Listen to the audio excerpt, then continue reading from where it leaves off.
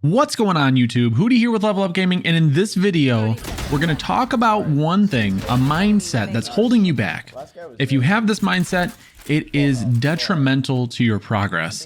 And then the second thing that we're going to talk about in this video is going to be something that I've put together for you guys to help you improve and rank up in ValoRANT, Counter-Strike, or whatever other game you're playing. Don't forget to hit that like button for me. Don't forget to hit that subscribe button for me. It all helps and I really appreciate it. But let's get straight to it.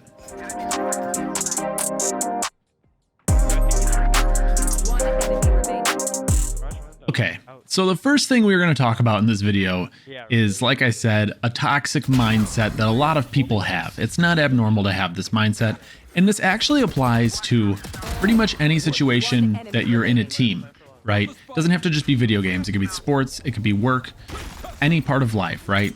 If you're blaming everybody else for the loss or the failure of your team, then you're going to stop yourself from progressing. What do I mean by that? You've probably heard this a lot. So let me give you an example, okay? I would rank up if only the game gave me competent teammates. My teammates always suck. I can't rank up because I'm always top fragging and my teammates are always the worst. What's wrong with that? There's no accountability. You're pushing off any accountability that you would normally have onto other people. And that's the problem, right? If you want to rank up, the best way to do that is to hold yourself accountable for every win or loss. And I'm not just talking game-wide, I'm talking round by round. If your team loses a round, it's your fault. And I'm not saying to be so hard and down on yourself all the time that, you know, you get really depressed when you lose a round, but you should go into a round thinking, what can I do to ensure that we win this round? What can I do to make sure that we have victory in this round? Whether that's I have to ace or I have to enable my teammates the best possible way that I can to allow them to get kills through stim beacons, through trapwires, through watching their flank, through entry fragging for them. Being the best possible team player and player in general that I can be to enable our team to go to victory. Yes, ValoRANT's a team game, but if you're consistently playing above the skill level that the game has you ranked at, if you're out fragging that skill level, if you're out supporting that skill level, right? If you're providing flashes and smokes and utility and flank watch and lurking above that skill level, you will eventually rank up. But you're not gonna do that if the entire time you're playing, you're blaming your losses or your failures on your teammates. Because then instead of taking any accountability for yourself, this is a flywheel, right? It's going to build up over time. Every time something happens, you're going to try and find an excuse in someone else and hold them accountable instead of yourself. If you died in the game, there's a 99% chance that it's your fault that you died. You made a wrong decision or you messed up at some point.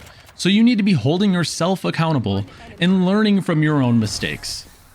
The best example of this, or a really good example of this anyways, that I can think of off the top of my head, is say you're pushing with your team down C long on Haven onto the bomb site, and you're the third one in. You're not the first one in, you're not the second one in, you're the third one in. Your two teammates run out onto the bomb site, instantly look back site or to the right, and then you cross that boundary onto the bomb site and instantly get shot in the back from the left corner immediately at the end of long C. Whose fault is that? Two of your teammates and yourself, so three people on your team, just ran down long C and didn't clear the left corner at the end of long C onto the bomb site. And you all three got shot in the back and died. Whose fault is that? Well, it doesn't matter whether or not your teammates checked that corner. If you didn't explicitly communicate with your teammates before they got there, hey, check left, or you guys didn't define a player that was checking left once you were pushing that, saying, okay, I'm going in first, Reyna's gonna follow me, she's gonna check left, then everybody else is gonna look right. Like, if you didn't lay out a plan like that, then it's on you. You also need to be conscious enough to realize that you need to check left. And this is a great example, right? Your teammates could have checked left, but they didn't.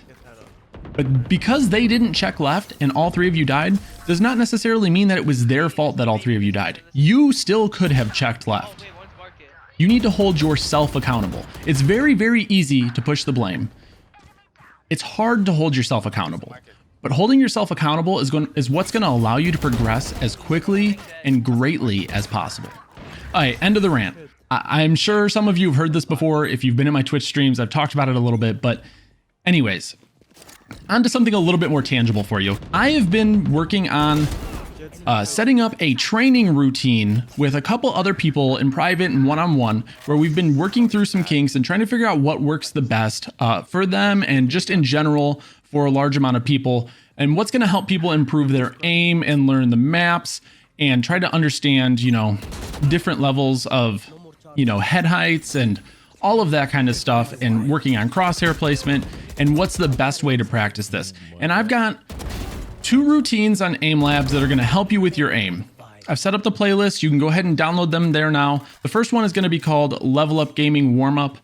And this warm-up, if you search for it on the playlist in the workshop, this warm-up is going to consist of a playlist, a set of tasks that you run through one time before you log into Valorant for the day.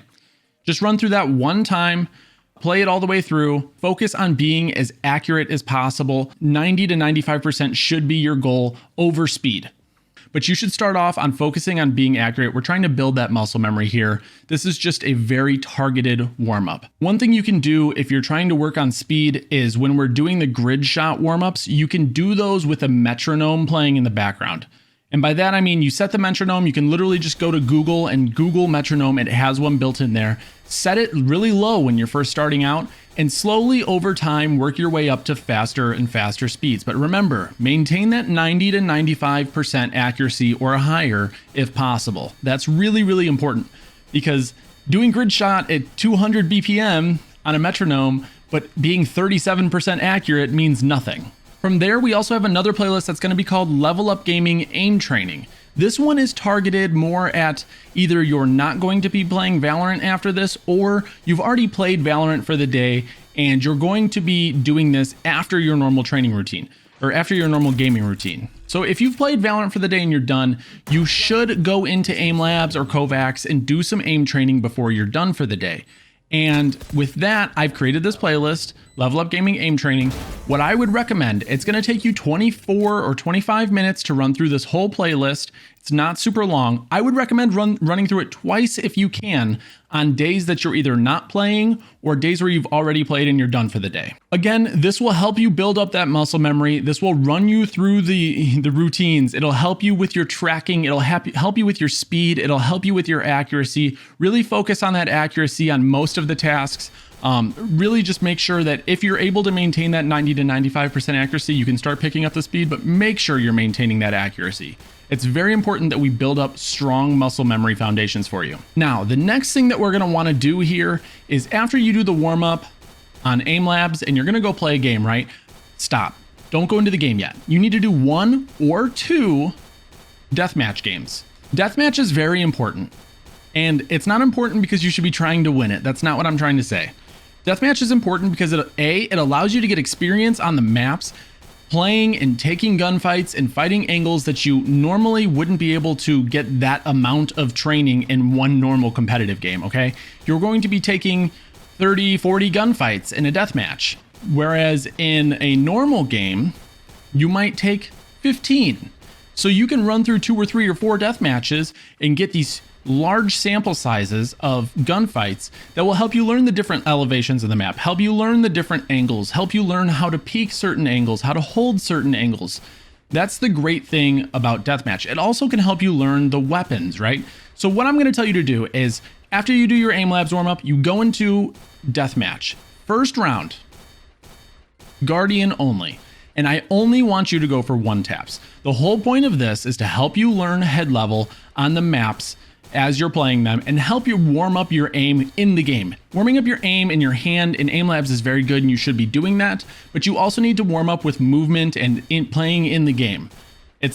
Playing in the game is a little bit different than Aim Labs. In Aim Labs, you're moving your mouse around, right? You're warming up this hand, you're getting your aim ready to go. In the game, you're also using your keyboard hand to move around and crouch and jump and do everything else. You need to focus on getting that headshot level right and hitting those headshots. From there, I usually like to either halfway through that game switch to the Phantom or Vandal or play a second game. I highly recommend playing a second game before your competitives, and you use the Vandal, the Phantom, and the Operator. And the goal here with the Vandal and Phantom, and I just like to switch it up between the three as I'm going through this game, is I focus on bursts, okay?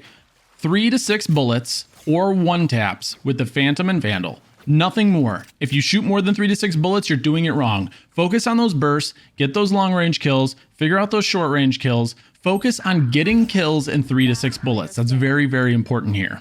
From there, when you go to the op, play the op how you would normally play it in a game. I recommend practicing holding angles, practicing peeking angles quickly with the Operator. Get really comfortable with it if you're going to be using it. Again, these are all different things that are going to help you warm up and practice the weapons in the game. It's going to help you understand what gunfights to take, what gunfights not to take, the different elevations, help you get more comfortable with weapons maybe that you didn't use before, or maybe that you aren't comfortable with yet. And then, like I said, once you're done with that deathmatch, go ahead and play your competitive games. But when you're done for the day, after your competitive games, find time to do once or twice the Level Up Gaming aim training playlist that I've created on Aim Labs. If you really dedicate yourself and really commit yourself to doing this regularly, you will see great improvements in your aim. You can find these Aim Labs playlists if you go to the custom tab and then to workshop, and then go on to the playlist option and search Level Up Gaming and then scroll down. They don't have many likes or anything on them yet, so they're at the very bottom right now, but you'll see them on there. You'll see our logo. They're called Level Up Gaming Warm Up and Level Up Gaming Aim Training. Go ahead and download those, test them out, use them. They are incredibly helpful. We've seen great improvements in other people, including myself so far, so they should be really helpful to you if you do dedicate yourself to using them. I hope you guys find this useful. I hope that you get something out of this, and let me know how I can improve this routine or create other things to help you improve your gameplay or provide feedback for you in the future in the comments down below. Don't forget to hit that like button, and I'll see you guys in the next one.